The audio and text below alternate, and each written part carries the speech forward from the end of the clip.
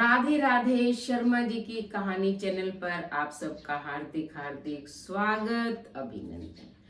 आज मैं दशा माता के व्रत की विधि और उसकी कथा सुनाने जा रही हूँ और वो कब किया जाता है ये भी बताऊंगी। तो इसकी विधि क्या है, कब किया जाता है? यह व्रत चैत्र महीने के कृष्ण पक्ष की दशमी तिथि को किया जाता है। तो इसमें जो है कच्चे सूत का 10 तार का धागा लिया जाता है और उसमें 10 ही गांठें लगाई जाती हैं। इसमें पीपल की पूजा की जाती है और पूजा करने के पश्चात कथा सुनी जाती है। तो बाद में कथा सुनने के बाद वो डोरा जो है महिलाएं अपने गले में बांध लेती हैं और यह व्रत आजीवन किया जाता है। इसका कोई उद्यापन नहीं होता है। इसमें एक टाइम भोजन करना होता है और वो भी एक ही अनाज का। मोस्टली लोग गेहूं का भोजन करते हैं, यानी कि आटा जो है वो गेहूं का, जिसे कुछ लोग कनक भी बोलते हैं, तो उसका उपयोग में लाया जाता है। तो आप एक ही प्रकार का गेहूं उपयोग में लाए और इस व्रत में नमक नहीं खाया जाता है। तो ये व्रत जो है महिलाएं अपने घर की दशा यानी कि परिस्थितियों को सुधारने के लिए करती हैं। तो जो भी महिला इस डोरे को लेती है, इसका व्रत करती है, उसके घर में हमेशा दशा माता की कृपा से सुख, संपत्ति, वैभव, ऐश्वर्य बना रहता है। तो आइए अब सुनते हैं इसकी कथा। प्राचीन समय में राजा नल और रानी दमयंती सुखपूर्वक राज्य करते थे। उनके 2 पुत्र थे। उनके राज्य में प्रजा सुखी और संपन्न थी। एक दिन की बात है, उस दिन होली दशा थी। एक ब्राह्मणी राजमहल में आई और रानी से कहा, दशा का डोरा ले लो। बीच में दासी बोली, हाँ रानी साहिबा, आज के दिन सभी सुहागिन महिलाएं दशा माता की पूजन और व्रत करती हैं तथा इस डोरे की पूजा करके गले में बांधती हैं, जिससे अपने घर में सुख समृद्धि आती है।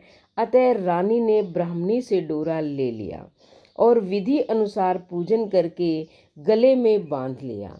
कुछ दिनों के बाद राजा नल ने दमयंती के गले में डोरा बंधा हुआ देखा। राजा ने पूछा, इतने सोने के गहने पहनने के बाद भी आपने यह डोरा क्यों पहना?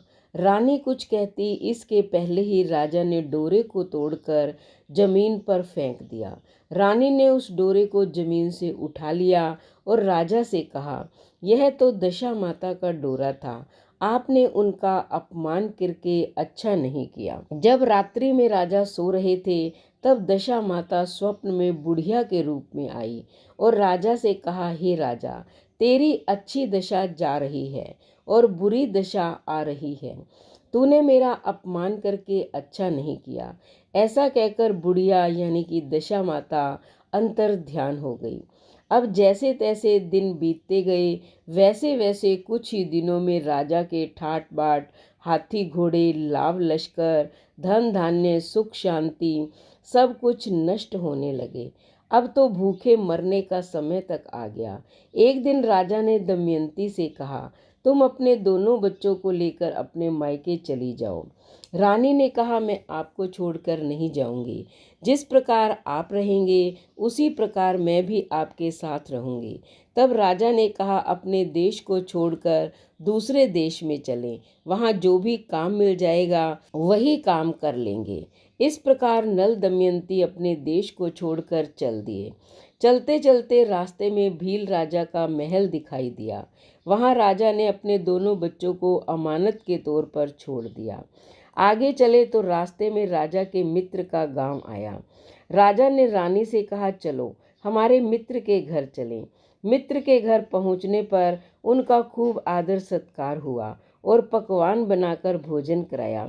मित्र ने अपने शयन कक्ष में सुलाया। उसी कमरे में मोर की आकृति की खूंटी पर मित्र की पत्नी का हीरो जड़ा हार टंगा था। मध्य रात्रि में रानी की नींद खुली तो उन्होंने देखा कि वह बेजान खूंटी हार को निगल रही है।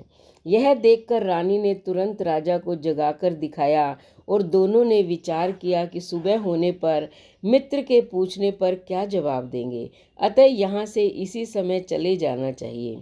राजा रानी दोनों रात्रि को ही वहां से चल दिए।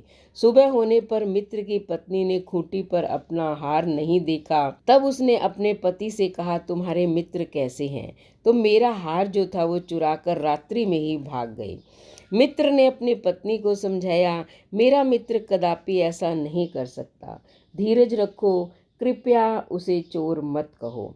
आगे चलने पर राजा नल की बहन का गांव आया। राजा ने बहन के घर खबर पहुंचाई, तुम्हारे भाई भौजाई आए हुए हैं। खबर देने वाले से बहन ने पूछा, उनके हाल चाल कैसे हैं? वह बोला, दोनों अकेले हैं, पैदल ही आए हैं तथा वे दुखी हाल में हैं। इतनी बात सुनकर बहन थाली में कांदा रोटी रखकर भैया भाभी से मिलने आई। राजा ने तो अपने हिस्से का खा लिया, परंतु रानी ने जमीन में ही गाड़ दिया। चलते चलते एक नदी मिली। राजा ने नदी में से मछलियां निकालकर रानी से कहा, तुम इन मछलियों को भूंजो, मैं गांव में से परोसा लेकर आता हूँ। गांव का नगर सेठ सभी लोगों को भोजन करा रहा था। राजा गांव में गया और परोसा लेकर वहां से चला तो रास्ते में चील ने झपट्टा मारा तो सारा भोजन नीचे गिर गया। राजा ने सोचा कि रानी विचार करेगी कि राजा तो भोजन करके आ गया और मेरे लिए कुछ भी नहीं लाया। उधर रानी मछलियां भूंजने लगी तो दुर्भाग्य से सभी मछलियां जीवित होकर नदी में चली गई। रानी उदास होकर सोचने लगी कि राजा पूछेंगे और सोचेंगे कि सारी मछलियां खुद खा गई। जब राजा आए तो मन ही मन समझ गए और वहां से आगे चल दिए। चलते चलते रानी के मायके का गांव आया। राजा ने कहा, तुम अपने मायके चली जाओ, वहां दासी का कोई भी काम कर लेना, मैं इसी गांव में कहीं नौकर हो जाऊंगा। इस प्रकार रानी महल में दासी का काम करने लगी और राजा तेली के घाने पर काम करने लगा। दोनों को काम करते बहुत दिन हो गए। जब होली दशा का दिन आया तब सभी रानियों ने सिर धोकर स्नान किया। दासी ने भी स्नान किया। दासी ने रानियों का सिर गूंथा तो राजमाता ने कहा, मैं भी तेरा सिर गूंथ दूं। ऐसा कहकर राजमाता जब दासी का सिर गूंथ ही रही थी तब उन्होंने दासी के सिर पर पद्म देखा। यह देखकर राजमाता की आंखें भर आई और उनकी आंखों से आंसू की बूंदें गिरी। आंसू जब दासी की पीठ पर गिरी तो दासी ने पूछा, आप क्यों रो रही हैं? राजमाता ने कहा, तेरे जैसी मेरी भी बेटी है, जिसके सिर में भी पद्म था, तेरे सिर में भी पद्म है। यह देखकर मुझे उसकी याद आ गई। तब दासी ने कहा, मैं ही आपकी बेटी हूँ। दशा माता के कोप से मेरे बुरे दिन चल रहे हैं, इसलिए यहाँ चली आई। माता ने कहा, बेटी तूने यह बात हमसे क्यों छिपाई? दासी ने कहा, माँ मैं सब कुछ बता देती तो मेरे बुरे दिन नहीं कटते। आज मैं दशा माता का व्रत करूंगी तथा उनसे गलती की क्षमा याचना करूंगी। अब तो राजमाता ने बेटी से पूछा, हमारे जमाई राजा कहाँ हैं? बेटी बोली, वे इसी गांव में किसी तेली के घर काम कर रहे हैं। अब गांव में उनकी खोज कराई गई और उन्हें महल में लेकर आए। जमाई राजा को स्नान कराया, नए वस्त्र पहनाए और पकवान बनाकर उन्हें भोजन करवाया गया। अब दशा माता के आशीर्वाद से राजा नल और दमयंती के अच्छे दिन लौट आए। कुछ दिन वहीं बिताने के बाद अपने राज्य जाने लगे। दमयंती के पिता ने खूब सारा धन, लाभ, लश्कर, हाथी, घोड़े आदि देकर बेटी जवाई को विदा किया।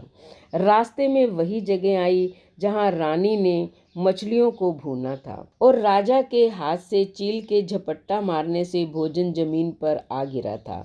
तब राजा ने कहा, तुमने सोचा होगा कि मैंने अकेले भोजन कर लिया होगा, परंतु चील ने झपट्टा मारकर गिरा दिया था। अब रानी ने कहा, आपने सोचा होगा मैंने मछलियां भूनकर अकेले खा ली होंगी, परंतु वे तो जीवित होकर नदी में चली गई थी। चलते चलते अब राजा की बहन का गांव आया। राजा ने बहन के यहाँ खबर भेजी। खबर देने वाले से पूछा कि उनके हाल चाल कैसे हैं। उसने बताया, वे बहुत अच्छी दशा में हैं, उनके साथ हाथी, घोड़े, लाव लश्कर हैं। यह सुनकर राजा की बहन मोतियों का थाल सजा कर लाई। तभी दमयंती ने धरती माता से प्रार्थना की और कहा, माँ आज मेरी अमानत मुझे वापस दे दो। यह कहकर उस जगह को खोदा जहाँ कांदा रोटी गाड़ा था। खोदने पर रोटी तो सोने की, कांदा चांदी का हो गया। ये दोनों चीजें बहन की थाली में डाल दी और आगे चलने की तैयारी करने लगी। वहां से चलकर राजा अपने मित्र के घर पहुंचे। मित्र ने उनका पहले के समान ही खूब आदर सत्कार और सम्मान किया। रात्रि विश्राम के लिए उन्हें उसी शयन कक्ष में सुलाया। मोरनी वाली खूंटी के हार निगल जाने वाली बात से नींद नहीं आई। आधी रात के समय वही मोरनी वाली खूंटी जब हार को उगल रही थी तो राजा ने अपने मित्र को जगाया और रानी ने मित्र की पत्नी को जगाकर दिखाया कि आपका हार तो इसने निगल लिया था। आपने सोचा होगा हार हमने चुराया है। दूसरे दिन प्रातःकाल नित्य कर्म से निपटकर वहां से वे चल दिए। वे भील राजा के यहाँ पहुँचे और अपने पुत्रों को मांगा तो भील राजा ने देने से मना कर दिया। गांव के लोगों ने उन बच्चों को वापस दिलाया। नल दमयंती अपने बच्चों को लेकर अपनी राजधानी के निकट पहुंची तो नगर वासियों ने लाव लश्कर के साथ उन्हें आते हुए देखा। सभी ने बहुत प्रसन्न होकर उनका स्वागत किया तथा गाजे बाजे के साथ उन्हें महल पहुंचाया। राजा का पहले जैसा ठाट बाट हो गया। राजा नल दमयंती पर दशा माता ने पहले कोप किया था, ऐसा कोप भगवान किसी पर मत करना और बाद में जैसी दशा माता ने कृपा करी वैसी दशा माता सब पर करना। बोलो दशा माता की जय। तो आपने कथा और विधि सुन ली है। अब जो है आप भी इसका व्रत कीजिए, डोरा लीजिए और उसके बाद जो है चैनल को सब्सक्राइब करें, लाइक और शेयर करें, कमेंट करें और बेल आइकन के बटन को दबाएं ताकि ऐसी ही व्रत उपवास की वीडियो का नोटिफिकेशन सबसे पहले आपको मिले। धन्यवाद।